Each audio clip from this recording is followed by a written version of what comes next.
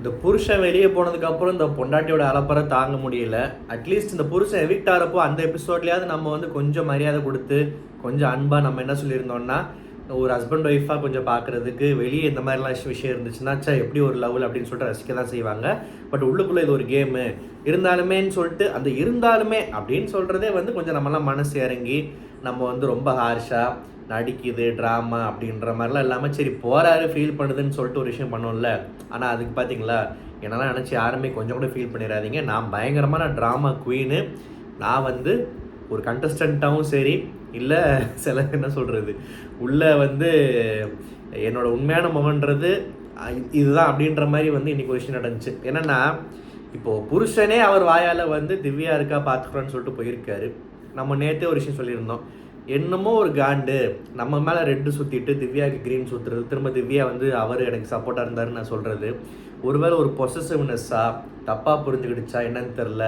இந்த மாதிரி விஷயங்கள்லாம் புரியாமல் இந்த எஃப்ஜே வேறு உள்ளே போய்கிட்டு வெளியே ஒரு மாதம் பேச்சுலராக இருக்கட்டும்னு சொல்லிட்டு ஏற்றி விட்டுட்டுருக்கான்னு சொல்லிட்டு சொல்லியிருந்தோம்ல.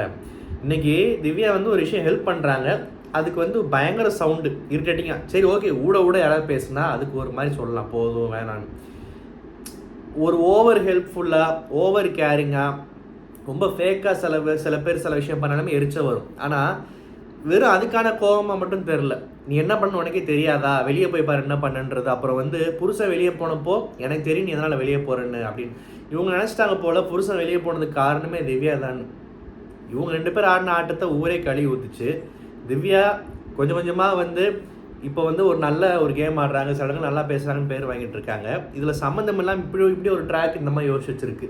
திவ்யாவை சவுண்டு விடுது, கத்துது, வீட்டில் எல்லா இருக்கிறவங்களையும் உங்களுக்குலாம் மனசாட்சி இல்லையான்னு கேட்குது. மனசாட்சி இல்லையான்னு கேட்குறதுக்கெலாம் ஒரு தகுதி வேணும். நியாயமாக பார்த்தா நான் அடிக்கடி சொல்லுவேன்ல, தமிழ்நாட்டில் டேலண்ட்டுக்கா பஞ்சம். ஒரே வீட்டில் புருஷன் முன்னாட்டியாக ஜோடியாக உள்ளே வந்துட்டு ஒரு கேவலமான கேமே ஆடிட்டு, சரி அவன் கொஞ்சம் கேமை மாற்றி அவர் கொஞ்சம் மாற்றி நல்லா ஆடிட்டு இருக்கிறப்போ ஒரு எமோஷனல் கனெக்ட்ன்ற பேரில் மூஞ்சி சுழிச்சு வச்சுக்கிட்டு அவர் கேமிங் கிடைக்கிற மாதிரி ஒரு விஷயம் பண்ணிக்கிட்டு வெளியே போனதுக்கப்புறம் யாரை வந்து பார்த்துக்கிறேன்னு அவர் சொல்லிட்டு போகிறாரு. சம்மந்தம் இல்லாமல் கூட இருக்கிற ஃப்ரெண்டு மேலே காண்டாக்கிட்டு கத்திக்கிட்டு இந்தம்மா வந்து வீட்டில் இருக்கிறவங்களுக்கு இது மனசாட்சி இல்லையான்னு சொல்லிட்டு. ஸோ வந்து ஒரு இரிட்டேட்டிங்காக தான் இருந்துச்சு. இது வந்து உடனே சில பேர் வருவீங்க திவ்யாவை கத்துறதுனால இவருக்கு பிடிக்கலன்னு. அப்படிலாம் கிடையாது, தேவையில்லாத விஷயம். பொண்டாட்டி ஏன் இப்படி கத்தணுன்ற ஒரு அவசியமே இல்லை. இது வந்து அதான் இந்த மயக்கம் போட்டு விழுகிறது, வெளியே ஓடி போகிறது, அதில் இதுவும் ஒரு தேவையில்லாத ஒரு இரிட்டேட்டிங் ட்ராமா, ஒரு தேவையில்லாத விஷயமாக தான் தோணுச்சு. அப்புறம் இந்த அரோரா மாதிரி அரோரா மாதிரி பெண்களுக்கு மிகப்பெரிய பாடம் என்ன தெரியுமா வாழ்க்கையில்?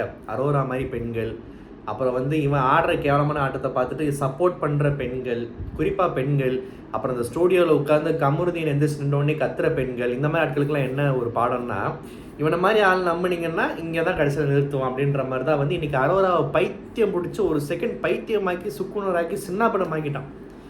இது வந்து உன் கூட பழகினதுக்கு எனக்கு தேவைதான்டா, என்னை செருப்பால் அடிக்கணும் அப்படின்ற மாதிரி ஒரு பாடம் தான் அரோராவுக்கு. வேறு என்ன ஜட்டி கிட்டிலாம் பேசி லைவில் ஜட்டின்றது வந்துருச்சு, இதில் மியூட் பண்ணிட்டாங்க நம்மளோட ஷோவில் வந்து. அண்டு கூட அதான் தெருநாய் ஒன்று குலைக்கிறப்போ இன்னொரு தெருநாய் வரல, அது மாதிரி வந்து வினோத் அவர் வேறு வந்து கூட சேர்ந்து ட்ரிகர் பண்ணி இது எப்படி கொண்டு போகிறாங்கன்னா, அதாவது இந்த பேக்கு மாதிரி பொண்ணுங்களால தான் வந்து இந்த மாதிரி ஆட்கள்லாம் கரெக்ட் பண்ண முடியும். ஓகேவா? இவர் ஒரு பிளான் போட்டு வச்சுருந்தாரு, வெளியே போனால் நமக்கு மீல்ஸ் இருக்குது, நைட்டு பரோட்டாவும் இருக்குதுன்னு சொல்லிட்டு. அதில் மீல்ஸு கூடவே தான் இருக்க போகுது, அது டவுட் இல்லை. அது ஒரு கெட்டுப்போன மீல்ஸ்னு வச்சுப்போமே. பரோட்டா வந்து கைவிட்டு போயிடுச்சு, நம்ம கூட பேச மாட்டேங்குதே, ஆடாச்ச மிஸ் ஆகிடுச்சேன்னு சொல்லிட்டு நம்ம ஆளுக்கு கம்முக்கு ஒரு காண்டு. அந்த காண்டை வந்து தீர்த்துக்கிறதுக்கு ஒரு ஃப்ரெண்டு வந்து பேசுகிறாங்க, பேசினா ஒரு பிஹேவியரு, சில விஷயங்கள் உடன்பாடு இல்லை வேணாம் கொஞ்ச நாளைக்கு பேசாமல் இருப்பேன்னா ஒரு பிஹேவியர். ஸோ எப்படி முதுகில் குத்துற அந்த விஷயம் வெளியே வந்துச்சுல.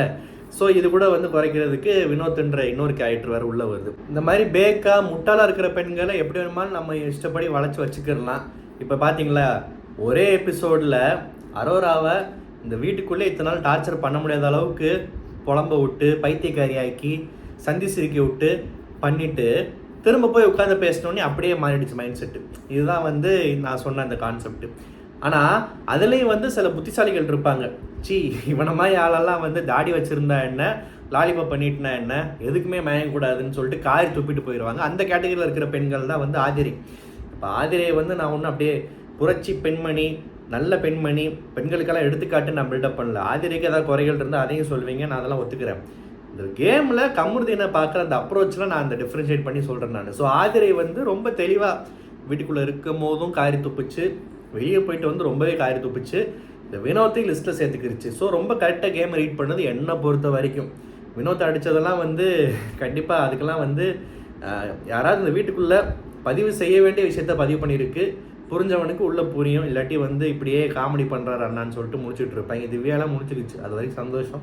ஸோ அதனால் வந்து இந்த ஆதிரை வந்து வீட்டுக்குள்ளே மற்றவங்கள ஆதிரை வந்து இன்ஃப்ளூயன்ஸ் பண்ணுதான்.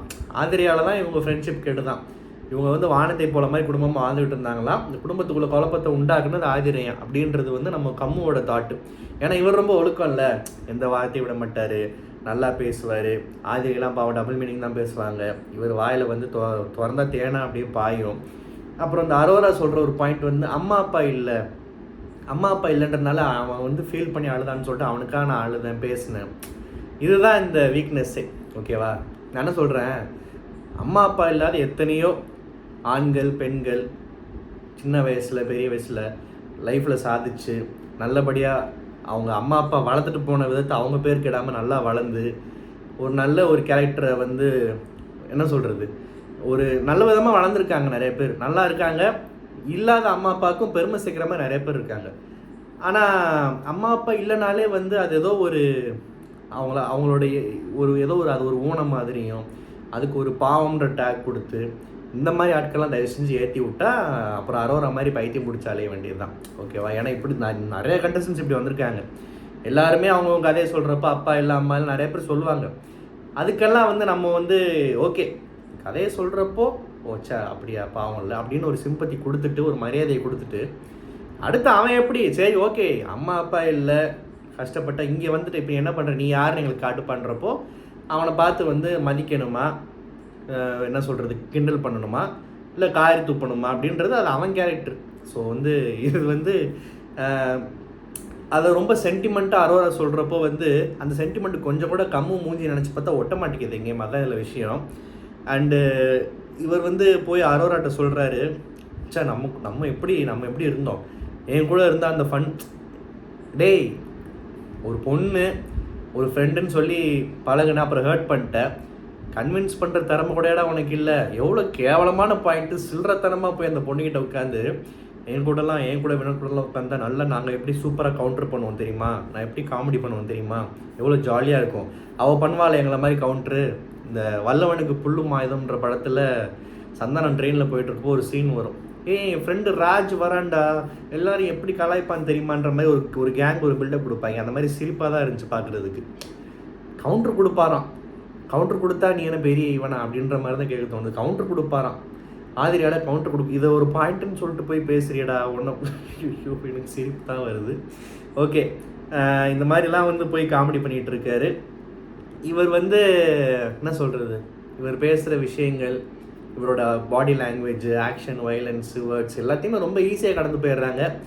ஆதிரை திரும்ப உள்ளே வந்தது செம காண்டு. வினோத்துக்கு நம்ம மூஞ்சியை வெளிச்சம் போட்டு காட்டாலன்னு சொல்லிட்டு காண்டு.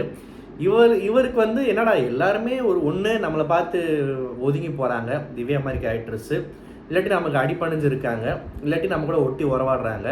இந்த மாதிரி கேட்டகரி நம்மளே எதிர்த்து நம்மளை காய துப்புதே, நம்மளை எக்ஸ்போஸ் பண்ணுதே, இவளை ஏன் உள்ளே விட்டாங்கன்னு சொல்லிட்டு ஒரு காண்டு. நான் சொல்கிறேன், நீ எல்லாம் இந்த வீட்டுக்குள்ளே இருக்கிறதே பெரிய விஷயத்தினால அந்த பொண்ணு வெளியே 3 வாரத்தில் போயிட்டு வந்தா என்ன, 2 நாளில் போயிட்டு வந்தா என்ன, அந்த பொண்ணு வெளியே போகிறப்போ பிக் பாஸே வந்து இவ்வளோ சீக்கிரம் போக வேண்டிய ஆள் இல்லைன்னு சொல்லி அனுப்பிச்சிட்டு திரும்ப உள்ளே கூப்பிட்டுருக்காங்க. நீ எல்லாம் போனால் எவனுமே ஃபீல் பண்ண மாட்டான். ஸோ உள்ளே இருந்த கணக்கு வச்செல்லாம் பிக் பாஸ் கண்டஸ்டன்ட்லாம் யாருமே வந்து பெருசாக இடப்பட முடியாது. அப்படி பார்த்தா சில பேர் டைட்டிலே வின் பண்ணியிருக்காங்க, அதுக்கெல்லாம் என்ன சொல்கிறது. சில பேர் ரெட் கார்டு வாங்கிட்டு போயிருக்காங்க, சில பேர் தேவைப்பட்டு ரெட் கார்டு வாங்கிட்டு போயிருக்காங்க, உனக்கு தேவைதான்னு. நீயும் வந்து ஆல்மோஸ்ட் ஒரு ரெட் கார்டு கண்டஸ்டன்ட்டு தான், ஆனால் என்னமோ கொஞ்சம் தப்பிச்சிக்கிட்டு இருக்க. விஜய் சேதுபதி வேறு உங்களுக்கு அவன் பெண்கள் கத்துறாங்க கூவுறாங்கன்னு ஒப்பாரி வைக்கிறாங்கன்னு ஏற்றி விட்டுட்டு இருக்காரு. சரி ஓகே, இந்த வாரம் நடக்குதுன்னு பார்ப்போம். அதுக்கப்புறம் இந்த பால் கேம் வச்சாங்க. இவ்வளோ நாள் இந்த சீசன்லேயே வச்ச உருப்படியான கேமு, ரொம்ப ஜாலியாக ஃபன்னாக சூப்பராக இருந்துச்சு, இன்ட்ரெஸ்டிங்காக இருந்துச்சு. அமித் வின் பண்ணிட்டாரு, உண்மையாகவே ஜாலியாக இருந்துச்சு. உண்மையாகவே விக்கல்ஸ் விக்ரம மனசார பாராட்டணும். எல்லா விஷயத்துலேயும் அவர் பண்ணுற விஷயங்கள், விளாடுற விஷயங்கள், அந்த ஒரு ஸ்போர்ட்டிவாக எடுத்துக்கிட்டு சிரிப்போடு விளாடுறது ரொம்ப அழகாக இருக்குது பார்க்குறதுக்கு. இந்த கேம் சூப்பராக இருந்துச்சு. அதே மாதிரி நாமினேஷன்ஸ்லேயும் விக்ரம் வந்து இந்த ரம்யாவுக்கு சொன்ன காரணம், ஒரு விஷயத்துக்கு ஒரு இது கூட வந்து ஒரு ஒரு என்ன சொல்கிறது, ஒரு பதில் சொல்கிற விஷயத்தில் கூட வந்து அவளால் முடியாத ஒரு விஷயத்துக்கு கூட என்னமோ சொன்னாரே, கோலத்தனமான பதில் கொடுக்கறது. அது வந்து அப்படிப்பட்ட ஆளே இங்கே தேவையில்லை, வெளியே போன்ற மாதிரி சொல்லி சொன்ன பாயிண்ட் வந்து சூப்பராக இருந்துச்சு. ஏன்னா ரம்யாலாம் வந்து ஒரு பக்கம் கமருதீன் மாதிரி ஆட்கள்லாம் வந்து சொரிநாய் கடிச்ச மாதிரி கத்துறதால அவருக்கு ஒரு பிராண்டிங் வச்சுருக்கோம்.